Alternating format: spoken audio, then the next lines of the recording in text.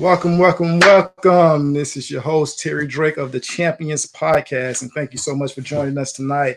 I'm so excited about my guest tonight. Had the opportunity to see her at the Born to Ball Middle School Girls Camp, and she was absolutely phenomenal.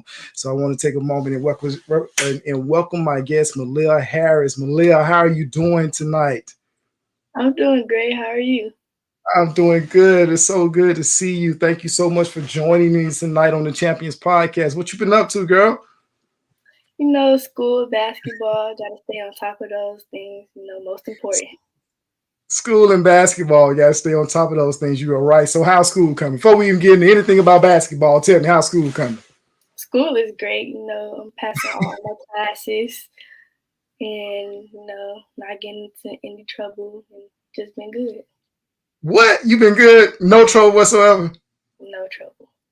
No trouble. All right, that's good. That's good. So hey, look, we're here to talk a little bit about a little basketball, about your game, about what's going on, in your life. So just want to just dive into it and hey, tell us a little bit about yourself. Tell us a little bit about who Maliha Harris is.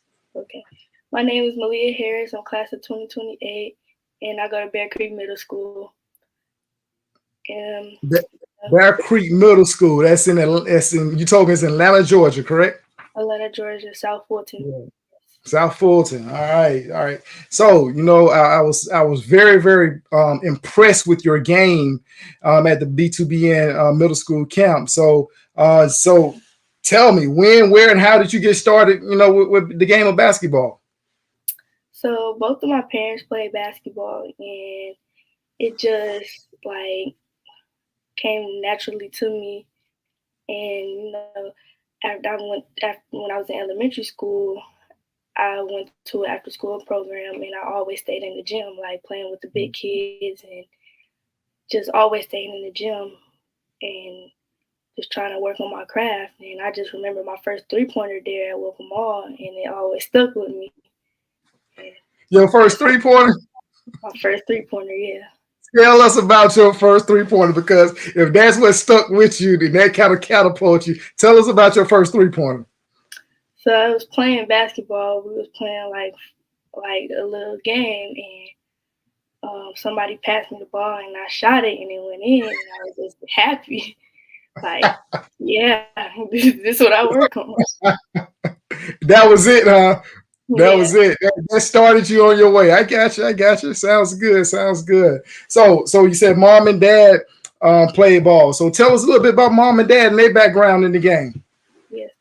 So my mom and dad both played high school ball. They didn't go to college, but they know a lot about basketball and try to guide me through and help me on mistakes that they made, so I wouldn't make the mistakes that they made. Mm-hmm. So is it safe to say that your biggest inspiration in wanting to pick up the basketball was mom and dad? Yes. Okay. So how active is mom and dad in your day-to-day, as far as training, or do they train you, or do you have a trainer? Tell us a little bit about your skill development process. So I have practice 4 times a week. Then I have training at eyeball at my AAU gym with my trainer. Shout out to Coach Jazz. She's my trainer. And then if I don't have a AAU game Friday, I have an isolated workout with my mom, and she focuses on the small details from my game so I could work on them. So what's one thing that mom has taught you recently that you've been working to implement in your game?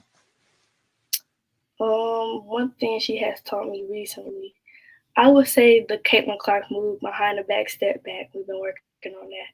Oh, what? The Caitlin Clark behind the back step back move. All right, Tell us. So have you been able to get it? You got it locked in?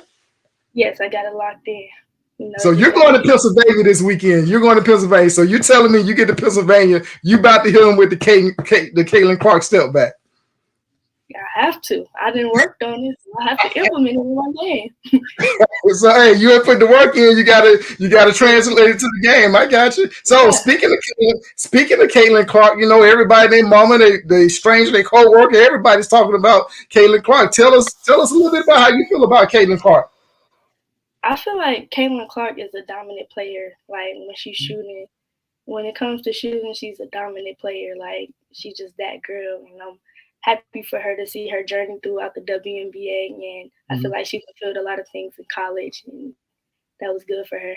I'm ready to Man, see the that is next good. journey. Next journey. So tell me, you speak very, very high on Caitlin Clark. Tell me who in the WNBA do you model your game after?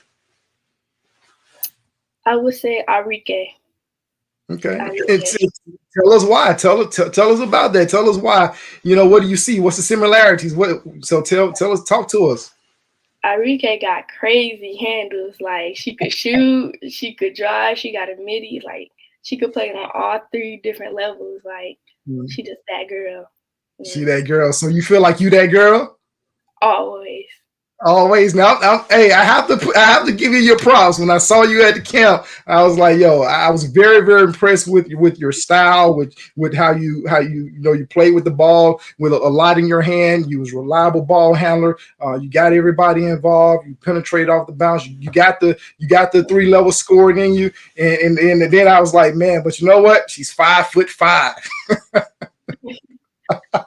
Yeah.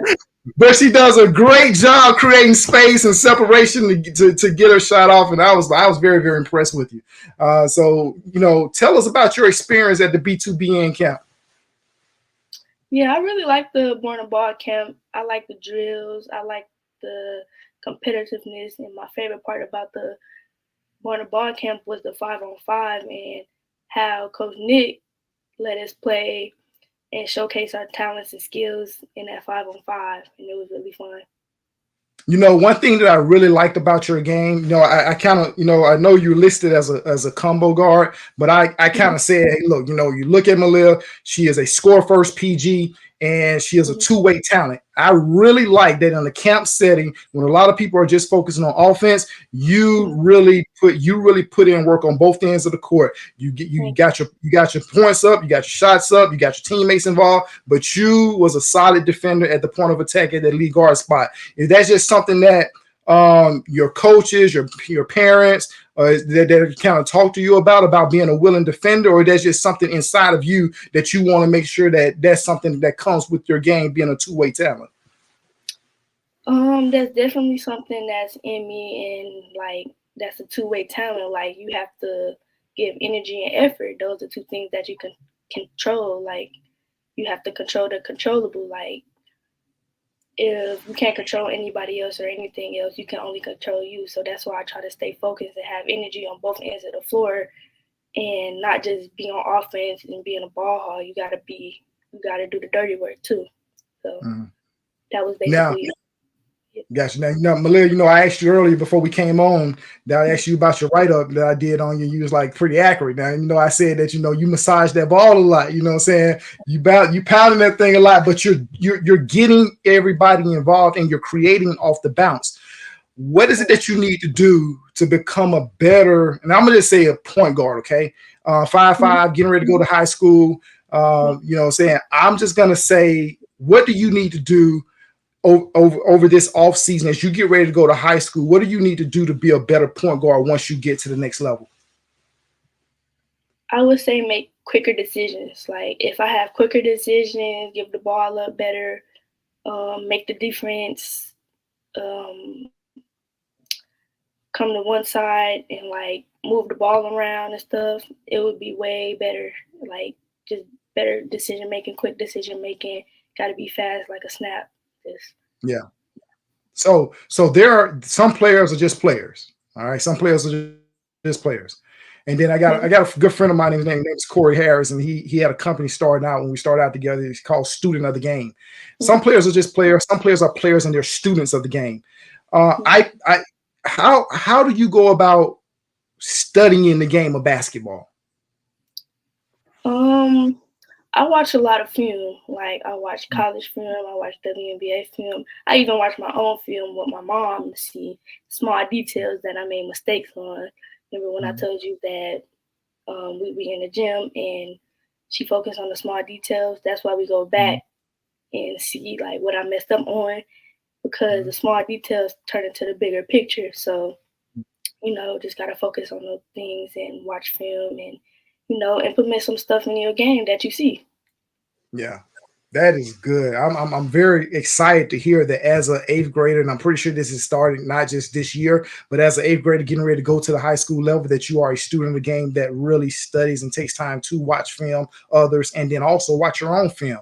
And so Yeah. I hats off to you in regards to that. And I think that's an amazing thing. And I salute your mom for taking time out to kind of lead you in that path. Now grassroots basketball season is heating up. Now you play with eyeball. Yeah. You play with eyeball. You guys are getting ready to go to Pennsylvania this weekend. Yeah. I asked you were you flying or you're flying or driving. You said with an attitude you're flying. But outside of that, tell us a little bit about eyeball and your team. Tell us a little bit about it. Yeah, I play for Eyeball, known as IBR. Shout out the coaches, Coach Katrina Mitchell. Shout out to Coach Katrina. She's the head of Eyeball, the owner of Eyeball, and it's just a fun organization. Like we're all family over there. It's competitive, and you know, it's really fun over there. It's a good AAU team. I really love it. How long have you been playing with eyeball? Like 3 years, yeah, 3 years. Okay. So what? How have you seen your game grow from 3 years ago to now? From what you have learned and gained from playing with eyeball.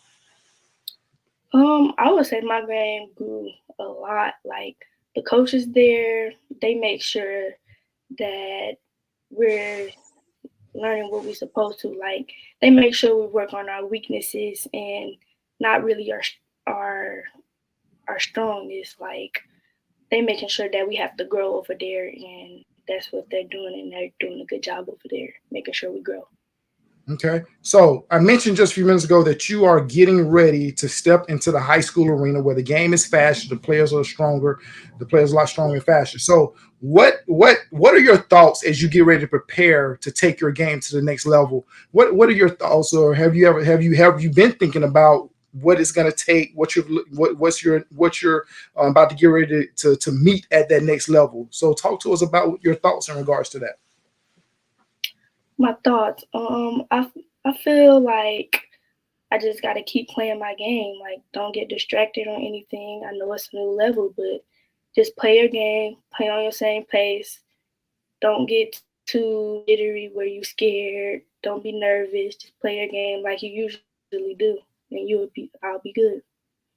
All right. So what is one thing about your game that you possess right now that's going to help you make the transition to the high school level? I would say my shooting and my quickness. Man, and Yeah. I will tell you, I will vouch for that because you can stroke that rock. You can score the rock. But I always come back to this point, Malia.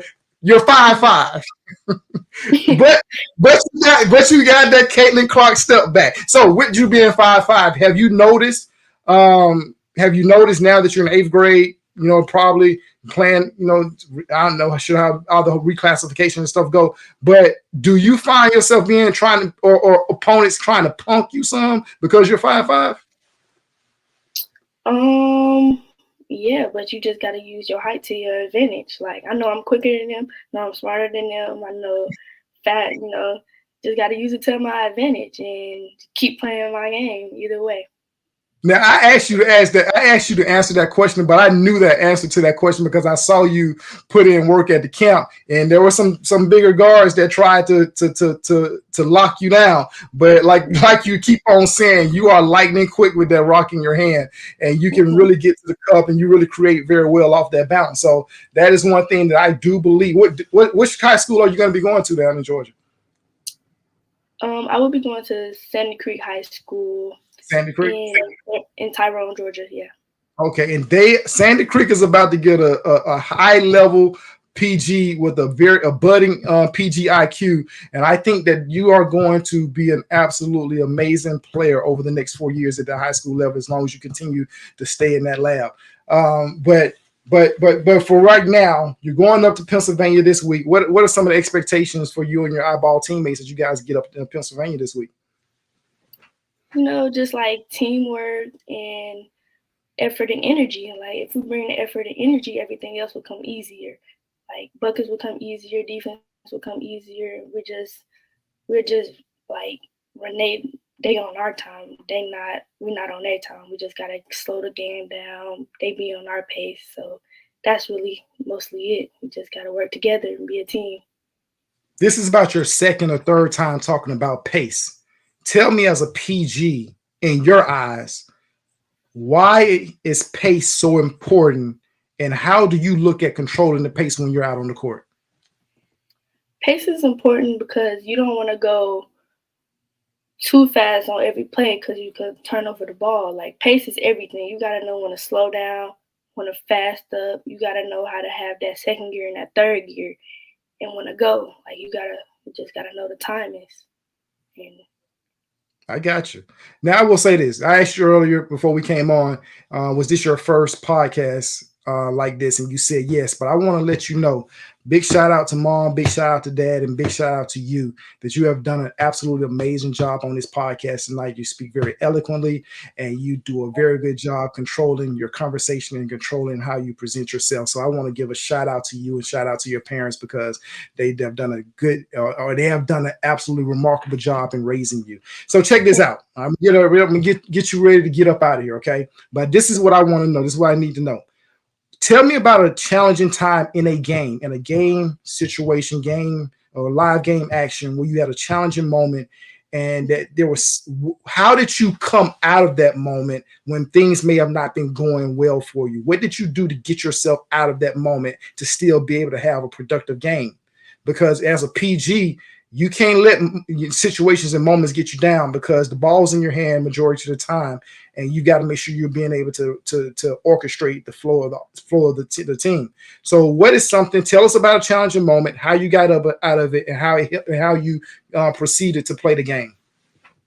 So, challenging moment. I would say I was down three, and I just couldn't get in my head. Like you have to be mentally okay. You gotta say next play, next play. That's what my mom always says. Next play. Don't worry about them. Don't worry about the crowd, block out everything. Next play. And you just gotta play your game, make a smart play, and just gotta know I'm the best shooter. So pass up the ball, get it right back, and shoot it. Just miss or make. Just know you still her. Don't get in your head at all times. That is good. That is good. So you kind of lean on what Mom has kind of shared with you and talked to you about through your journey in basketball. I see. Yes. That's good. That is great, man. That is absolutely amazing.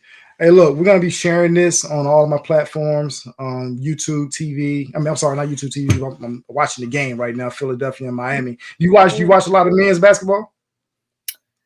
Not college, but NBA, yes. NBA. So let me just say this. You got that Steph, we talked about this earlier. You got that Steph Curry jersey hanging up in your room. Yeah. Unfortunately, they got put out last night. Do you feel some kind of way about that? I do. Hey, let me ask you this, because they're talking about it all day. Stephen A. Smith and everybody talking about it. Do you feel as though they need to break up the dynasty? No, I don't. That's okay. Because they still have a chance. They still have a chance. Yes, they stay in the lab. They're gonna have a chance. But Draymond, missed. 20 things. They said something like 21 games this year. Clay hasn't been shooting his best this year, but Steph has been playing like an all-star in a Hall of Fame that he is. So tell me, what would you do, or what does Golden State need to help them get back into the team that we know they are? They don't need to add anything, no player, or they don't need to take any player. They just need to get in the lab and just work on it. So they just need to go back and get some work in. Yeah. I got you. That's good stuff. Hey, well, check this out. I know you're gonna be sending me your schedule, but definitely want to get out there and watch you play and compete with your team. I know you said you had about 3 out of state tournaments, and then the rest of them is going to be in Georgia. So I'm going to definitely try to get over there and check you out and check your eyeball team out. So just let you know that once again on Twitter, T Drake Basketball. That's T Drake BASKT Ball. That's where we're streaming live, and then on YouTube at Terry Drake B Ball, and then on Facebook at Terry Drake Basketball on Facebook. But you're gonna see some of the things going to be edited and cropped and put out on my Instagram page as well. But I want to, as I close, I want to say thank you so much, Maliha, and I hope this is not our last time jumping on. I want to make sure that we're chronicling your journey, making sure we're following you, and making sure that we are staying in touch with you as you not only get to that next level, but also have aspirations and pursuits of playing at that collegiate level, in which I do believe that you'll have an opportunity to, because of your discipline, your habits, and how you're playing right now, and your commitment to the lab. And then also you have some great parents that are pushing you. So anything that you want to say now, Caitlin Clark, she oftentimes when she's interviewed, she talks about not just her accomplishments, but she talks a lot about what she hopes that she has done for younger girls that's coming up, and younger girls and boys that's coming up through the game. So what would you say to someone maybe 4th, 5th, 6th grade right now that may be looking up to you? What would you say to them in regards to what they need to do in regards to getting better at the game of basketball? I would say just stay disciplined, stay yourself, and just whatever you do in your life, just follow your dreams and aspirations. Don't let anything get in the way of your dreams and aspirations. There you go. You heard it from Maliha Harris. Thank you so much, Maliha. Thank you for joining the Champions Podcast today. Thank you for taking time out of your day to spend some time with me. I really, really enjoy your game. I really enjoy watching you play, especially during those 2 days at the B2BN middle school girls camp. And I look forward to seeing you real soon competing, not just with eyeball, but at Sandy Creek, correct? Yes, Sandy Creek. Yeah, Sandy Creek. All right. So with that being said, hey, have a safe trip, traveling grace to you. I'll be checking in with you over the weekend, just checking to see how you're doing. I need some updates, okay? I need some updates with you so I can put some stuff. People now that you're on the Champions Podcast, they're gonna be fighting. Like, look, all right, she'll score her PG. I want to see how she's doing, how she's producing. So you got to give us some information over the weekend so I can put it out for you, okay? Okay, thank you. Hey, thank you so much. Tell mom and dad thank you for allowing you to join me tonight, and I will see you again soon. Hopefully, I'll see you in the gym real soon. Okay. Okay. See you later. All right. Bye now. Have a great night. Okay. You too.